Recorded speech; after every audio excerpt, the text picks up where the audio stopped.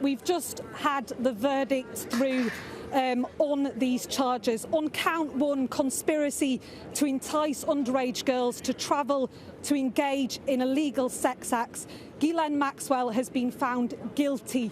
She faces a maximum of 5 years in prison for that charge. She's also been found guilty of count three, which is conspiracy to transport underage girls with the intent to engage in illegal sexual activity.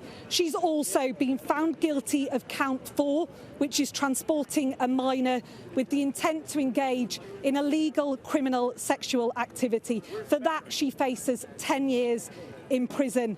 Ghislaine Maxwell also found guilty of count five on this charge sheet, conspiracy to commit sex trafficking of minors. She faces 5 years in prison. Ghislaine Maxwell also found guilty of the most serious charge of which she was accused, the charge which relates to sex trafficking of a minor. This charge relates to Carolyn. She testified under only her first name.